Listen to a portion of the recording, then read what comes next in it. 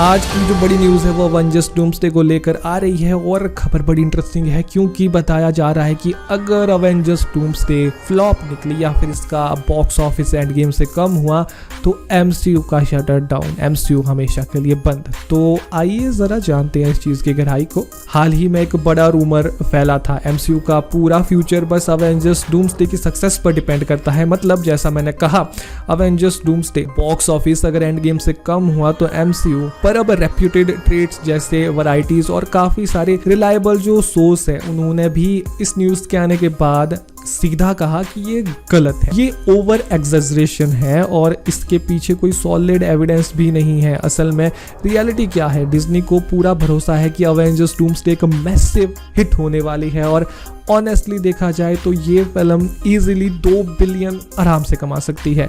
अब क्या इसे एंड गेम से ज़्यादा कमाई करनी ज़रूरी है? शायद नहीं। याद करो अवेंजर्स एज ऑफ अल्ट्रॉन को, उसने पहली अवेंजर्स मूवी से भी कम कमाया था और उस टाइम पर इंटरनेट पर लोग बोल रहे थे कि एमसीयू खत्म हो गया।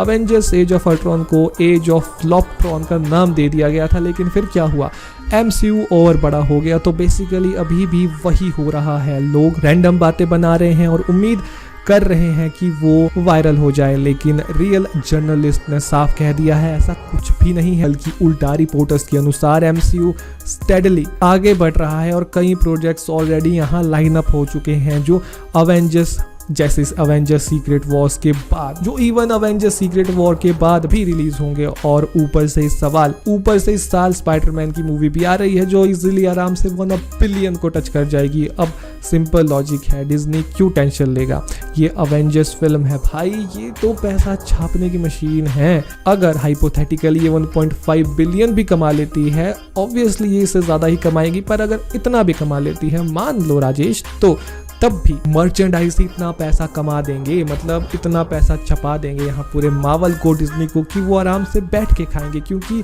अरे अवेंजर्स एंड गेम के जो टॉयज है वो आज तक चलते हैं, उसके जो मर्चेंडाइज है वो आज तक बिकते हैं। तो भाई यहाँ मूवीज से भी ज़्यादा पैसा डिज्नी मर्चेंडाइज से रिकवर कर लेगा इस मूवी के। तो ओवरऑल साफ है, वैरायटी बिल्कुल सही कह रहा है भाई, जो रूमर्स है वो बहुत बोगस हो चुके हैं यहाँ पर, मतलब क्योंकि वो कुछ भी कह रहे हैं।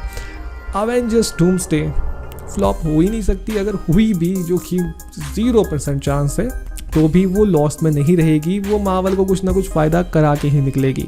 बट आपका ओपिनियन क्या है इस चीज़ के ऊपर, आप कमेंट बॉक्स में बताओ। बाकी मैं साहिल कपूर आपसे मिलूंगा नेक्स्ट वीडियो में नेक्स्ट न्यूज़ के साथ। Now bye.